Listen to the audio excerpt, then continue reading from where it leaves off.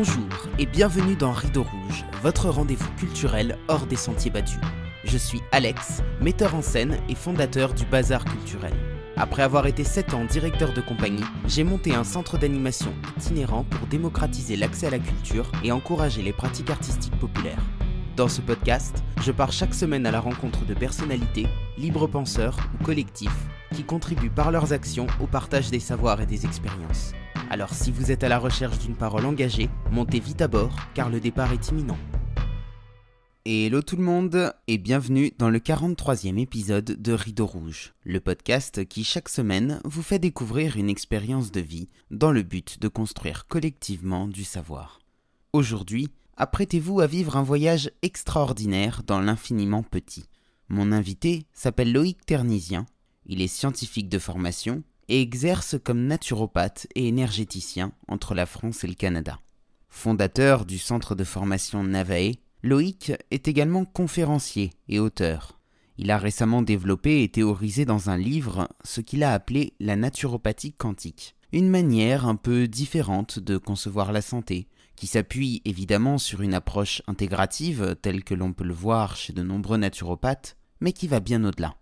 Publié aux éditions Guitry Daniel, son ouvrage est une pépite pour qui accepte de remettre en question ses croyances, et c'est justement de cela que nous allons discuter ensemble. Bonjour Loïc, bienvenue. Bonjour, merci beaucoup de m'accueillir.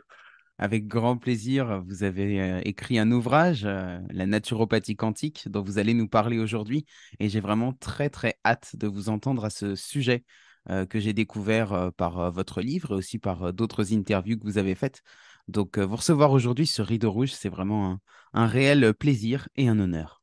C'est un plaisir aussi de pouvoir être ici, de pouvoir partager cette vision du monde. Avant qu'on démarre, j'ai une petite question à vous poser. En ce moment, une attention à laquelle vous êtes sensible. Une attention à laquelle je suis sensible, à la présence.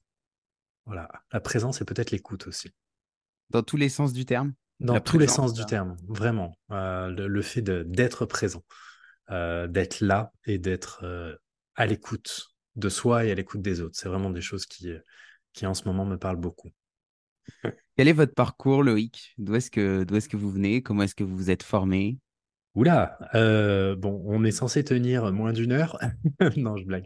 À la base, moi, j'ai fait un parcours assez atypique, comme je crois, qui me correspond plutôt bien, en fait, finalement, puisque j'ai fait un parcours d'ingénieur maître en environnement, donc avec un parcours universitaire assez classique, un parcours, moi, je voulais faire de la biologie. Puis finalement, tous les chemins m'ont amené ailleurs qu'en biologie à faire de l'ingénierie, à faire des calculs de mathématiques, à faire que des trucs où je les faisais en me disant, c'est pas possible, jamais de la vie, je pourrais travailler là-dedans, tellement ça me plaît pas. Et puis le chemin a continué à se faire. Je me suis expatrié au Québec, j'ai commencé à ne pas trouver de job dans mon secteur d'activité, ce qui est assez étonnant. Enfin, maintenant, je sais que ça ne l'est pas, mais en tout cas, à l'époque, ça l'était. Il y avait énormément de freins pour être ingénieur là-bas en venant de France, en ayant été formé en France. Et j'ai commencé à avoir des jobs plus en communication et je suis tombé malade. J'ai développé un trouble inflammatoire chronique intestinal qui m'a demandé de faire le parcours médical traditionnel et on ne m'a pas proposé de solution. Et donc là, j'ai écouté les conseils de ma mère, parce qu'à un moment, il faut toujours écouter les conseils des parents. Ils ont toujours de bons conseils, qui m'a dit, bah, va visiter les écoles de naturopathie. Pourquoi tu ferais pas naturopathe? Et je suis rentré dans une école et avec ma bonne demi-mesure qui me connaît, je suis ressorti en ayant signé pour 50 cours pour être herboriste, aromathérapeute, naturopathe.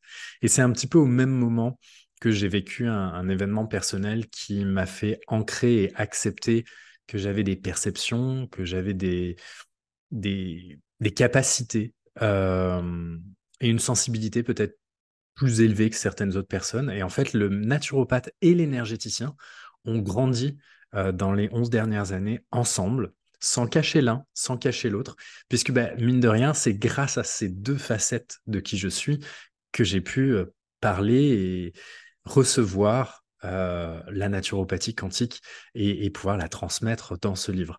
Donc c'est un petit peu tout ça le parcours et quand même, aujourd'hui, quand je regarde ce parcours universitaire qui m'a pas plu, ce parcours universitaire qui m'a tant demandé de difficultés, Bah, je le remercie beaucoup parce que c'est quand même grâce à lui que j'ai pu faire des cours de naturopathie avec tellement de facilité par rapport aux autres et aujourd'hui d'être en mesure de comprendre un petit peu plus la grille de lecture de la physique quantique. Si j'avais pas fait ça, je crois que je m'en serais tiré les cheveux déjà que c'est arrivé. Oui, c'est ce que j'allais dire, c'est qu'au-delà de vos deux casquettes d'énergéticien et de naturopathe, il y a aussi celle bah, du physicien, j'ai envie de dire, quoi, parce que vous êtes hyper calé. Il y a quand même un côté très, alors peut-être pas physicien, mais en tout cas, il y a un côté très pragmatique, pratico-pratique, très ancré, enfin, vous avez une rigueur scientifique. C'est là où je veux en venir, et ça, j'ai l'impression que c'est important pour vous aussi. C'est très important pour moi parce que, enfin pour moi, oui et non. En fait, oui, il y a une partie de moi qui a besoin de cette rigueur-là, de manière à pouvoir l'expliquer, pas me l'expliquer à moi. Moi, ça, je suis rendu à un stade dans ma vie où je m'en fous d'avoir des explications. Ce qui est important, c'est ce qui est, avec un E majuscule. Et qu'importe la raison pour laquelle c'est présent, c'est là, et j'accepte la présence de cette chose, ou de cet état, ou de ce contexte, ou de cette matérialisation, ou de cet effet. Par contre, on vit dans une société avec une certaine vision, avec une certaine euh, science matérialiste très présente, et il y a besoin, je crois, d'expliquer, de rationaliser, et c'est là où la partie scientifique de moi est très utile, parce qu'elle permet de pouvoir poser des mots, de pouvoir proposer une démarche scientifique, de pouvoir proposer un raisonnement qui peut ouvrir les yeux à certaines personnes sur des choses plus non matérialistes, plus surprenantes, plus ésotériques peut-être pour certaines personnes. Et pourtant, bah, il y a des études qui sont faites, il y a des grilles de lecture qui nous permettent de l'expliquer, ou en tout cas d'en poser des hypothèses. Et c'est là que je suis très content d'avoir fait ce parcours avant, parce qu'il m'a permis de construire cette rigueur scientifique, cette vision, mais la science dans ce que moi j'appelle la science noble. J'en parle dans le livre La science avec un grand S, pas le scientisme, avec un tout petit S, qui pour moi est une religion matérialiste avec des grilles de lecture très étriquées. Et la science, elle est noble. La science, elle se pose des questions, elle n'a pas de réponse. La science, elle ne met aucune hypothèse sur le côté, elle ne fait qu'en poser. Et cette science-là, je l'aime profondément. Et puis tous les bons scientifiques ont quand même été un tout petit peu perchés sur les bords. Ça a été quoi le point de départ de votre réflexion sur la naturopathie quantique? Alors, le point de départ expérientiel, ça a été un rendez-vous avec une consultante. Alors, il faut savoir qu'en tant que naturopathe, je n'ai pas le droit de dire patient, donc je vais dire soit client, soit consultant. Euh, une consultante qui venait pour de la narcolepsie, qui venait aussi pour des rééquilibrages énergétiques. Et parce que c'est ça le côté énergéticien, c'est une approche que je mets en place. Et j'avais réussi à lui créer une synergie aromathérapie en véritable aromathérapie scientifique, très matérialiste, avec des bonnes molécules, qui fonctionnait très bien, tel que j'avais été formé. Sauf que c'était un remède, disons, qui est utilisable sur du court terme, mais qui sur du long terme est hépatotoxique, néphrotoxique et neurotoxique, donc qui abîme les reins, les foies et le système nerveux central.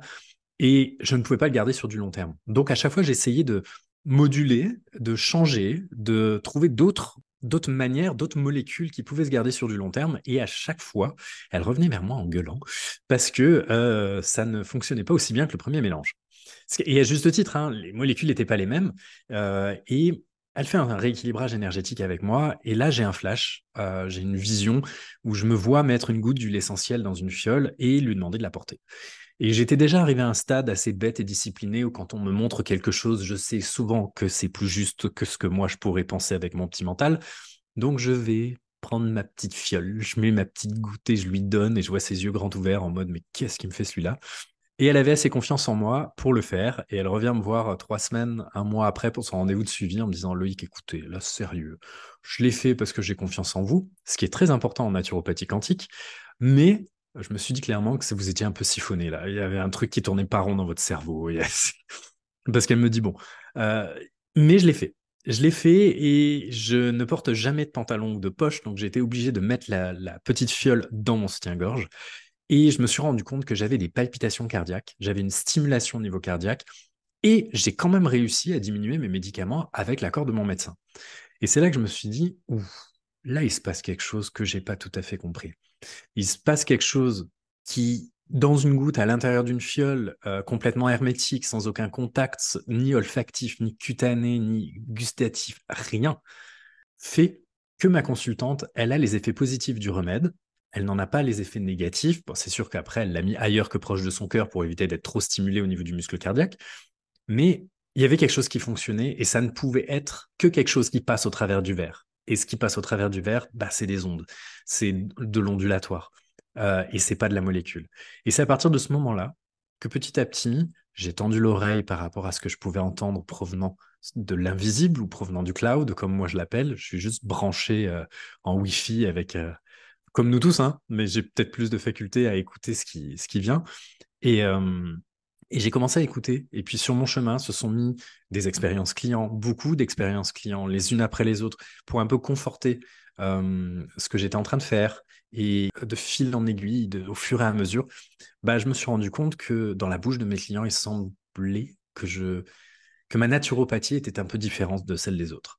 Et donc c'est de là que j'ai commencé à plonger dans la physique quantique, à lire beaucoup de livres sur les neurosciences, sur la conscience, pour justement essayer de poser des mots sur ce que déjà moi je pouvais percevoir et vivre, et sur sur ce que je pouvais pratiquer et la relation que j'avais avec les remèdes, le règne végétal, le règne animal, les minéraux, et de fil en aiguille, bah, ça a porté un nom. Ça s'appelle naturopathie quantique.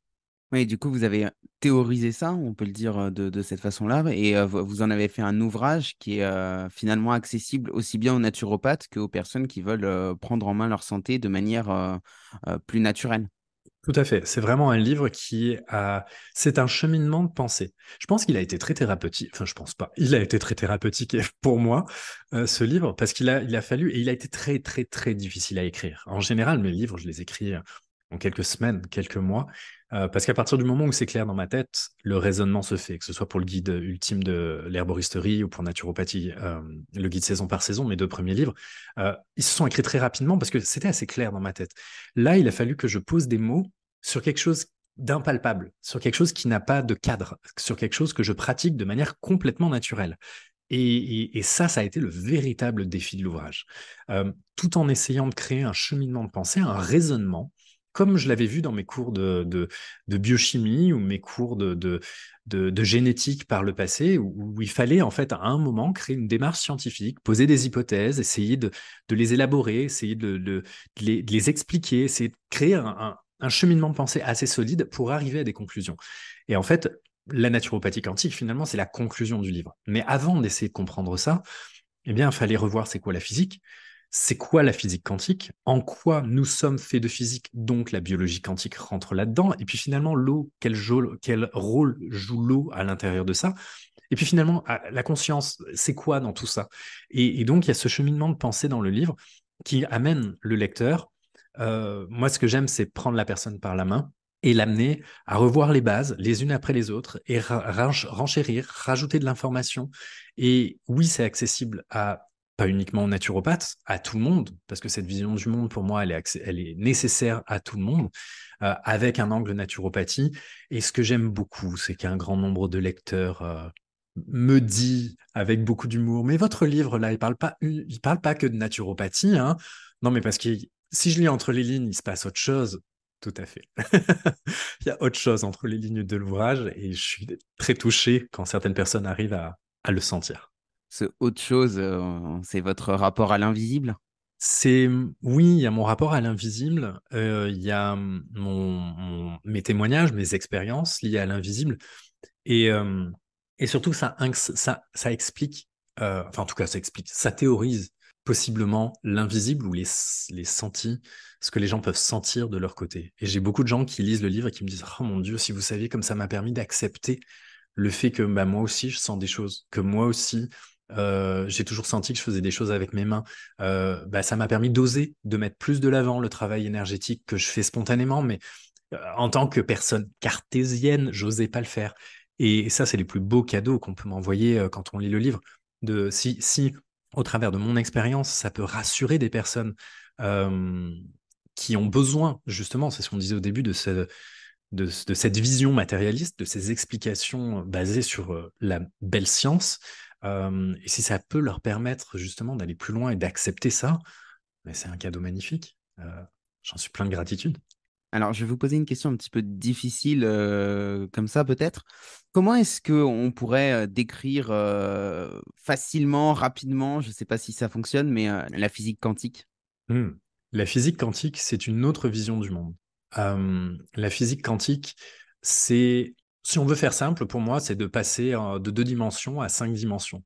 C'est-à-dire que la physique quantique, c'est juste le prolongement de la physique classique qui est matérialiste, avec une grille de lecture post-matérialiste, c'est-à-dire que la physique quantique, en fait, elle va plonger dans le fait que tout est là. En gros, si on doit le résumer en une phrase, c'est tout est à la fois onde et particule. Tout n'est pas matière ou onde, c'est onde et matière et un ensemble de probabilités. En gros, c'est comme ça qu'on pourrait la définir. Bon, c'est une définition assez simple et j'aime bien. Bah, J'aime ça bien. pourrait être bien plus compliqué et je pense qu'un bon chercheur en physique quantique me taperait sur les doigts parce que ce ne serait pas assez précis ou pas assez complexe dans toute sa richesse, hein, de la complexité. Mais à un moment, je crois qu'il faut poser des mots assez simples et essayer de résumer les choses. Et aujourd'hui, on met tellement tout et n'importe quoi derrière quantique que ouais, c'est bien de le résumer et ensuite de le développer. Et donc, par rapport à l'expérience que vous mentionniez tout à l'heure avec votre consultante, donc en fait, ce qui se passe, c'est qu'en portant cette fiole sur elle, c'est les ondes, c'est quoi? C'est les cellules qui communiquent entre elles, c'est les ondes. Comment est-ce que ça fonctionne à l'échelle justement de la physique quantique? Alors, la manière dont la physique quantique peut nous l'expliquer, c'est que comme tout est à la fois onde et particules, ça veut dire que la goutte d'huile essentielle qu'il y avait à l'intérieur de cette fiole, elle est non seulement très matérielle, parce qu'on peut la voir, elle est pleine de molécules, parce qu'on peut les utiliser sur le plan biochimique, mais en gros, cette goutte se trouve à cet endroit-là parce que nous sommes l'expérimentateur de notre propre expérience, et c'est ça aussi un des points fondamentaux de la physique quantique, c'est que l'expérimentateur joue un rôle important, et qu'en gros, moi, je vois cette goutte et cette fiole parce que je suis là pour la voir. Mais si je ne la vois pas, en gros, ce ne sont que des ondes, ce ne sont que des vibrations. Et bah ça, la physique quantique, elle nous dit que ça peut passer au travers de la matière, puisque la matière n'existe pas. Et donc, il y aurait quelque chose, une information qui est portée par ces molécules dans l'infiniment petit, où on va avoir des molécules subatomiques qui sont juste fréquentielles. Eh bien, ça peut passer au travers du verre, en tout cas transférer son message au travers du verre, pour ensuite aller informer les cellules de la personne. Là où elle pose sa fiole, eh bien, il y a du sang qui va circuler, donc il y a de la matière liquide qui va circuler, qui va pouvoir recevoir l'information un peu comme un poste radio et mettrait tout simplement son onde pour pouvoir être transmise. Et bien, une fois qu'elle est transmise aux cellules, bah, après, il y a une communication entre les cellules de cette information qui se transmet et il y a une nouvelle information qui est transférée au corps. C'est un peu comme ça que moi, je l'ai théorisé dans le livre et c'est comme ça que en tout cas, je ne voyais que cette option-là pour ma consultante, que les propriétés pouvaient passer de manière informationnelle via des fréquences de la fiole jusqu'à son propre corps à elle, et le corps ne prend que ce dont il a besoin. Tout à l'heure, vous parliez aussi des différentes possibilités, des différentes probabilités qu'il existe en physique quantique. Et dans votre livre, vous écrivez qu'en fait, d'autres versions de nous-mêmes existent déjà et qu'il suffit d'aller les télécharger en quelque sorte. Est-ce que vous pourriez expliquer un petit peu plus ça? Oui, alors la physique quantique, qu'est-ce qu'elle nous dit? Elle nous dit que on ne peut pas savoir si on regarde dans l'infiniment petit, alors que nous sommes tous des êtres quantiques, hein. La physique quantique ne s'applique pas qu'à l'infiniment petit, selon la seconde quantification. En fait, ça nous dit que tant qu'on ne regarde pas l'électron, alors il y a des expériences, hein, comme l'expérience de la double fente qui sont décrites dans le livre, qui nous permettent d'expliquer ça. C'est tant qu'on ne regarde pas l'électron, il est partout à la fois. En gros, si vous jouez à un 2-3 soleil, on peut donner l'image que tant qu'on ne sait pas retourner, les personnes sont partout en même temps. Sauf qu'à partir du moment où on se retourne, nous sommes l'expérimentateur de l'expérience, donc nous allons figer un certain état de la matière. Et ça a été très bien démontré dans ces expériences de la double fente, où tant qu'on ne regarde pas l'électron, on a des résultats qui sont de type ondulatoire, qui sont de type probabiliste, euh, de probabilité. Par contre, dès qu'on regarde l'électron, ben, il agit comme une particule. C'est un petit peu comme si, à partir du moment où on regarde quelque chose, toutes les probabilités s'écrasent pour donner une seule option, qui est une option matérielle.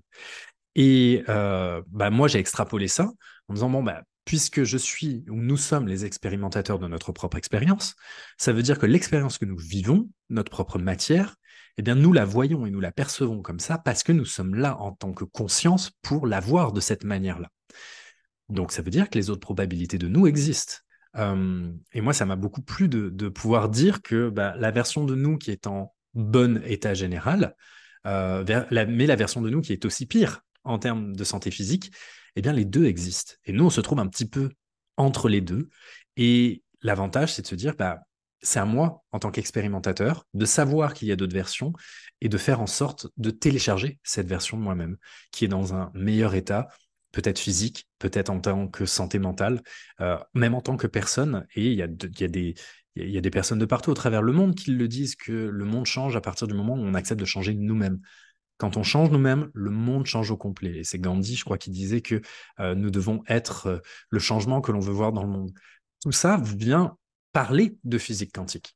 Et ça ouvre finalement une toute petite brèche dans la croyance de la personne qui vient et qui pense qu'elle ne se sortira jamais de son état. Eh bien, c'est un peu comme un barrage. On a un barrage, on crée une petite faille. À partir du moment où la faille est là, il faut juste attendre. La pression va bien finir par le faire lâcher. Vous disiez donc que le rôle de l'expérimentateur est primordial, mais vous écrivez également que le praticien joue un rôle dans le parcours vers la santé. Comment est-ce que ça Oui, se passe? Il y a la relation de confiance, effectivement, mais ça ne se joue pas que à la confiance. non, il y a aussi la croyance, parce qu'en fait, on crée un système. C'est-à-dire que là, en dehors du fait d'utiliser la naturopathie à titre personnel, c'est-à-dire que quand on accompagne en tant que praticien en naturopathie ou naturopathe, on rentre dans un système. C'est-à-dire qu'il y a plusieurs personnes qui interagissent. Il y a le consultant, ses propres croyances, donc sa propre réalité, et il y a le praticien, avec sa propre croyance, sa propre réalité. Mais c'est pas tout. Il y a aussi les remèdes qui interagissent. Et donc, ça va créer un système.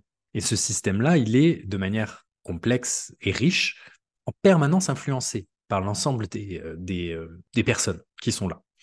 Donc, ça veut dire que si moi, en tant que consultant, je vois un client rentrer dans mon bureau et que je me dis, oh là là, ça nous est tous arrivé, hein, je le dis pas, c'est pas du tout une critique, ça m'est arrivé aussi de se dire, oh là là, mais jamais cette personne va y arriver. Jamais elle va y arriver. Juste le fait d'avoir cette croyance, cette pensée, je suis en train de créer cette réalité-là. Et donc, je suis un peu en train de mettre un boulet à la personne en face de moi, qui, elle, aura plus de difficultés à pouvoir sortir de sa réalité si moi, déjà, j'ai du mal à essayer de la faire sortir de sa propre réalité. Puisque ce que je vois d'elle, ce n'est pas vraiment elle. Ce que je vois d'elle, c'est juste ses projections, c'est juste ses masques. Et donc, si, en tant que praticien, je n'ai pas le pas de recul pour justement me dire, OK, la personne que j'ai en face de moi c'est une version d'elle-même, mais il y a les autres versions, et moi je suis là en fait pour justement être complètement le plus neutre possible pour l'aider à atteindre ces autres versions d'elle-même, bah oui, je suis dans le même système, donc je suis un boulet. Si on veut pratiquer la naturopathie quantique, par où est-ce qu'on commence? Par changer sa paire de lunettes sur le monde. J'ai presque envie de dire par commencer par lire le livre, mais ce serait un petit peu trop intense. En fait, il faut changer sa paire de lunettes du monde. C'est-à-dire que, comme je le dis, la vision matérialiste du monde, c'est-à-dire où dans laquelle la matière prédomine, euh, elle est désuète depuis plusieurs centaines d'années. Mais c'est encore ce qui construit la science aujourd'hui, pour plein de raisons, que je donne dans le livre et que je ne donnerai pas ici, parce que je peux me faire taper sur les doigts, même si c'est quand même dans le livre. Euh, il y a des raisons pour lesquelles cette vision du monde ne domine pas aujourd'hui. Et on est éduqué avec cette vision matérialiste. À l'école, on nous apprend la science et la vie au travers d'une vision matérialiste. On nous explique la biologie au travers d'une vision matérialiste, ce qui n'a strictement aucun sens. Mais on reste dans ce dogme. Un dogme, c'est un ensemble de croyances. C'est un peu comme un socle, le socle d'un château de cartes avec des hypothèses. Et on construit tout le château là-dessus.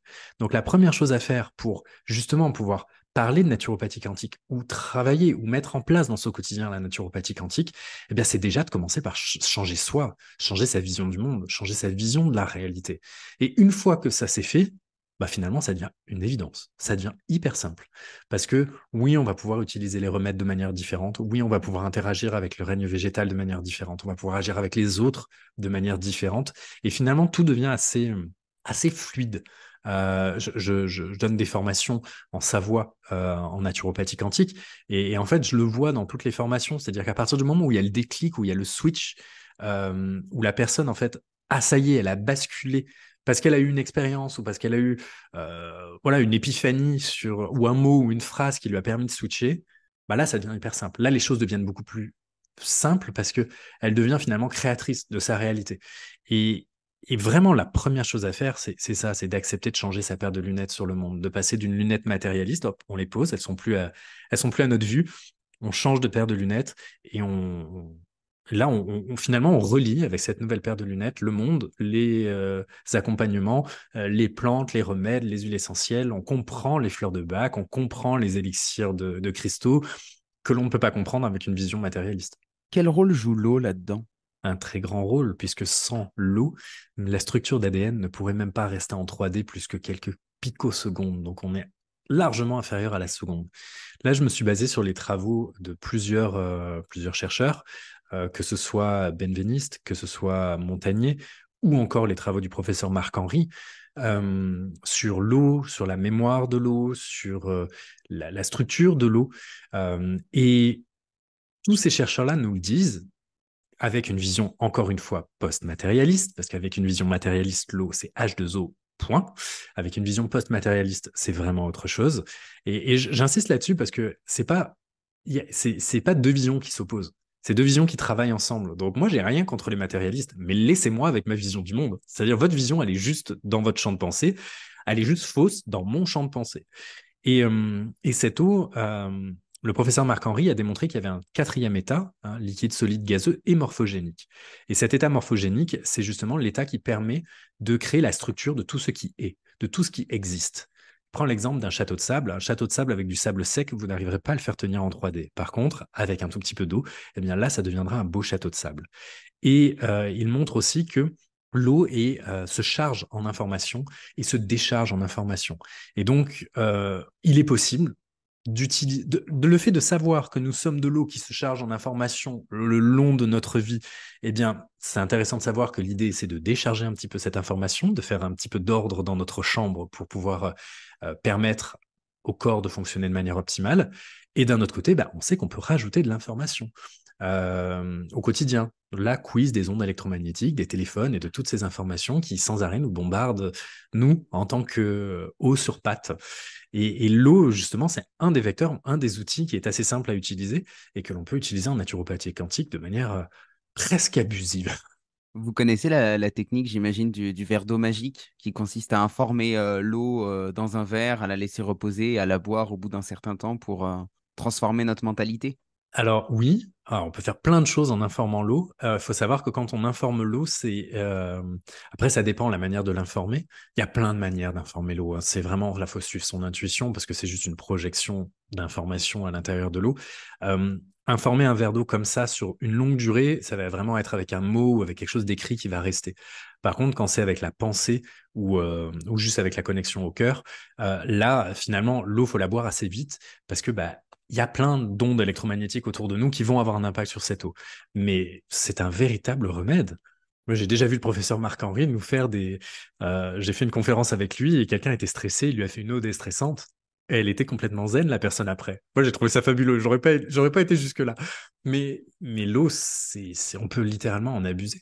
Et ça fonctionne aussi avec la nourriture, c'est-à-dire que si on n'a pas la possibilité financière d'acheter de la nourriture bio parce que ça coûte plus cher, on peut aussi informer notre alimentation pour qu'elle soit bénéfique, j'imagine, ou en tout cas davantage bénéfique que ce qu'elle aurait été. Tout va dépendre de notre système de croyance. Parce que sur le papier, oui, complètement. Parce que la nourriture, comme nous, est faite en grande partie d'eau. Donc, c'est largement possible. Par contre, il y a notre système de croyance. Et quelqu'un qui n'y croirait pas ou qui douterait un tout petit peu le fera, mais l'efficacité de son information, enfin, ce sera pas complètement aligné au niveau de l'information. Donc, en tant que naturopathe, je dois quand même insister sur le fait que manger bio, c'est mieux. Mais par contre, il m'est déjà arrivé, j'ai déjà vu une amie faire en sorte de réinformer ses frites pour qu'elles soient digestes. Et le pire, c'est que ça marche. Est-ce qu'il y a une question que je ne vous ai pas posée et que vous aimeriez que je pose? Ah, ça, c'est toujours une question piège. Je la pose toujours dans mes interviews et je me suis jamais dit qu'un jour elle se retournerait contre moi. Non, en général, on me demande jamais. Ah, c'est dur comme question. Euh, Ou un message que vous avez envie de transmettre? En fait, pour revenir sur la question, on me demande jamais comment est-ce que je vis cette naturopathie quantique. Mm. Parce que du coup, le message s'ensuit. En fait, je fais d'une pierre deux coups. Parce que il est vrai que de nos jours, proposer ce genre d'approche, euh, disons que tant que le livre n'était pas sorti et que ça restait dans l'espace de mon cabinet, ça reste dans ma bulle et dans ma propre pratique et dans ma propre réalité. Le fait de le faire sortir de là et de toucher plus de gens, je le vis avec beaucoup de gratitude, malgré les défis que ça peut causer. Je le vis avec beaucoup de gratitude et beaucoup d'humilité, je crois, parce que moi, j'ai vraiment l'impression que j'ai rien inventé. Et ça, je crois que c'est vraiment important de le dire et de le souligner, parce que c'est vraiment des choses qui m'ont été inspirées. Il y a des parties du livre qui me sont arrivées dans des expériences chamaniques et que j'ai pu vérifier avec des scientifiques après. Et pour moi, c'est un livre qui appartient à tout le monde, c'est une vision du monde qui appartient à tout le monde. Et je suis juste, je vis très bien aujourd'hui le fait d'avoir pu être le relais et d'avoir réussi à écrire ce livre qui a été quand même, comme je le disais, assez dur à écrire pour cadrer mes pensées. Et, euh, et je dirais peut-être à toute personne et puis je pense que c'est valable aussi dans le monde dans lequel on vit aujourd'hui, de toujours prendre conscience que la personne en face de nous, elle est dans sa réalité.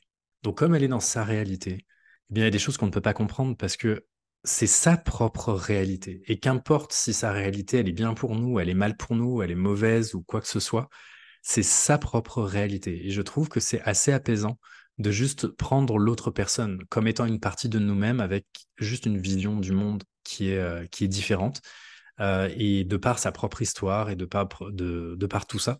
Et je trouve que c'est assez apaisant de dire aux gens, mais attendez, voilà, s'il y avait un message à faire passer, c'est chaque personne a sa réalité. Et toutes les réalités sont justes. Elles sont toutes justes. Maintenant, c'est à nous de nous accommoder des réalités des autres. Parce que tout ça crée une réalité commune. Vous avez un petit peu parlé de votre expérience avec le chamanisme. Est-ce que vous accepteriez de parler de votre EMI-like? Je trouvais ça surprenant que la question soit pas arrivée. Parce qu'en général, c'est une des premières questions qu'on me pose. Et c'est pour ça que quand vous m'avez posé la question de quelle question j'ai pas posée, j'ai pas voulu rentrer dans celle-là, mais oui, C'est j'accepte d'en vrai. parler. Et ben c'est à ce moment-là que j'ai vu que c'était la seule que j'avais pas posée. Donc là, je l'ai entourée. Je me suis dit, mince, je l'ai oubliée celle-là. Oh, c'est un classique. Alors, je ne peux pas la raconter et la retransmettre de la manière avec laquelle je l'ai vécu, parce que c'est impossible. Il n'y a strictement aucun mot pour pouvoir exprimer ce que j'ai vécu. Je commence par juste le côté légal. C'est une expérience qui a été faite à l'étranger, dans un cadre sécuritaire, qui est interdite en France. C'est la respiration d'un poison, le poison d'un crapaud qui s'appelle le Bufo alvarius, qui dans l'expérience chamanique mexicaine s'appelle la petite mort, puisque la respiration de ce poison qui est brûlé, réduit en fumée et que l'on respire, crée ce que l'on appelle une EMI-like, c'est-à-dire l'équivalent, l'expérience qui se rapproche visiblement le plus d'une expérience de mort imminente, dans laquelle, quand l'individu accepte de lâcher, quand l'individu a déjà apparemment fait un peu de travail sur lui, il est directement plongé dans... En fait, il disparaît complètement. Il devient lumière, il devient amour, ne devient que ça. Il n'y a plus aucune identité, il n'y a plus aucun caractère. Euh, je crois que c'est la seule fois de ma vie, et j'en suis très heureux d'avoir pu vivre cette expérience-là où Loïc n'existait plus. Je n'avais plus d'identité, je n'avais plus de caractère, je n'avais plus de personnalité, je n'étais que plongé dilué dans cette conscience, dans cet amour qui est innommable, profondément innommable, dans cette lumière qui est innommablement éblouissante pendant l'espace de 15 minutes. Et c'est à la fois court et extrêmement long d'avoir l'impression d'avoir touché à toute l'information du passé, du présent, du futur, de l'univers, de tout ce qui existe, au point que quand on revient dans son corps, on sait qu'on a vraiment eu beaucoup, beaucoup, beaucoup d'informations, mais que notre cerveau, il est juste pas capable de gérer toute cette information-là. C'est un peu comme si mon cerveau était du 56K, pour ceux qui ont vécu dans les années 90, et que j'avais touché à de la fibre ADSL, de la fibre puissance qui n'existe pas encore. Et donc, le traitement est très difficile à se faire. Il met beaucoup, beaucoup de temps à faire. Et, euh, et surtout de revenir avec l'intime sensation d'avoir choisi de revenir, d'avoir choisi. C'est un pacte qu'on fait avant avec le chaman, il faut le savoir. Même si quand tout est bien cadré, de toute manière, on revient. Mais il y avait vraiment cette sensation profonde d'avoir choisi de revenir, d'avoir choisi de reprendre mon personnage, parce que je considère que Loïc est un personnage, un rôle, un vêtement emprunté pour l'espace de quelques années avant de revenir à cette lumière-là. Et surtout avec l'expérience ancrée dans chacune de mes cellules, que ce dont je parle dans le livre, cette espèce de cloud, cette conscience, cette chose qui existe au-delà de nous-mêmes et dont nous faisons finalement tous partie, euh, alors qu'on pense tous être complètement différents, mais finalement on vient tous de la même chose. C'est un concept que j'avais, comme je crois beaucoup de personnes ont, sauf que depuis que je suis revenu de ça, c'est pour moi plus un concept. C'est ancré dans chacun de mes brins d'ADN, dans chacune de mes molécules, dans chacune de mes cellules. Voilà, ça fait intégralement c'est une expérience qui fait intégralement partie de moi et qui est là à chaque seconde de ma vie et qui m'a permis aussi, ça a été fait avant d'écrire le livre, qui m'a permis aussi de pouvoir aussi poser des mots sur certains passages du livre, sur cette fameuse conscience et au travers de ça, changer ma réalité, changer ma vision du monde et devenir un praticien complètement différent, euh, tout en sachant que la personne qui est en face de moi, c'est juste la même chose que moi, mais dans une autre réalité, dans un autre corps de matière, et ça apaise beaucoup, ça apaise beaucoup. Mais voilà, les émotions ne peuvent pas être transcrites, tant c'est innommable. Si vous aviez le pouvoir de changer le monde, par où est-ce que vous commenceriez? Oh mon Dieu, j'avais pas du tout pensé à cette réponse-là avant, mais je crois que je ferais fumer un petit peu de crapaud à une grande partie de la planète. Ça aiderait beaucoup de personnes à se sentir bien mieux dans leur basket. Mais bon, pour quelque chose qui est plus légal, hein, et quelque chose que l'on peut faire, c'est essayer de faire en sorte que les gens puissent changer leur paire de lunettes sur le monde, ce qui apaiserait beaucoup de choses. Mais effectivement, respirer du crapaud. Et à la blague, on s'était tous dit ça, le groupe qu'on avait fait, on s'était dit, il faudrait vraiment faire une ville test où on fait fumer du crapaud à toute la ville pour juste voir comment cette ville évolue. Bon voilà, on est encore sur des choses illégales, donc je ne fais pas d'incitation à la consommation de crapaud ou de venin de crapaud, mais disons que oui, je crois que la première chose à faire, ce serait encore une fois, pour changer le monde, c'est changer notre vision de nous-mêmes, donc changer notre vision de la réalité et nous changer nous-mêmes. Et c'est en nous changeant nous-mêmes que petit à petit, ça fait une belle addition et que le monde change. La réalité collective ne changera qu'à partir du moment où la réalité individuelle aura changé. Donc changeons, arrêtons de nous combattre nous-mêmes. Aimons-nous. C'est con ce que je dis, c'est juste normal. Mais à partir du moment où il y aura un apaisement intérieur, là, il y aura un apaisement extérieur. Merci beaucoup Loïc, à bientôt. Merci beaucoup. Cet épisode touche à sa fin. Pour poursuivre la réflexion, je ne saurais que trop vous conseiller de vous procurer le livre de Loïc, qui est beaucoup plus précis dans la description et l'analyse de ce qu'est la naturopathie quantique. En attendant, voici les 3 points que je retiens de notre échange. Tout d'abord, que la naturopathie quantique est l'application, dans le champ de la naturopathie, des lois qui régissent la physique quantique. En s'appuyant sur le fait que tout est à la fois onde et matière, plus un ensemble de probabilités, cette forme de naturopathie permet, entre autres, d'avoir les effets positifs d'un remède sans en avoir les effets négatifs. Elle peut, par exemple, prendre la forme d'une fiole d'huile essentielle que l'on porte sur soi et dont les bienfaits passent au travers du verre grâce aux ondes qu'elle émet. Comme dans toute expérience de physique quantique, le rôle des observateurs, ici le naturopathe et son consultant, est primordial, puisque ce sont eux qui, par leur observation, figent un état de la matière. S'il était déjà clairement acquis que la confiance que l'on porte à un traitement influence son efficacité, c'est le fameux effet placebo, Loïc nous dit que le système de croyance dans lequel on se trouve impacte également notre guérison. Ensuite, que l'expérience de Loïc nous interroge sur la manière dont la physique quantique pourrait faire le lien à de nombreuses échelles entre esprit et matière. En appliquant la physique quantique à l'échelle humaine, il nous montre comment tout est relié et comment ce qui fonctionne à l'échelle microscopique fonctionne également à l'échelle macroscopique. Cela me fait évidemment penser à l'échange que j'avais eu avec Mathieu Francard, épisode 38 de ce podcast, sur la permaculture humaine. Tout organisme vivant est régi par un même ensemble de lois. Et si finalement, ce que l'on nomme spiritualité n'était rien d'autre qu'une transposition de la mécanique quantique à l'échelle de l'être humain? Et si c'était aussi simple que ça?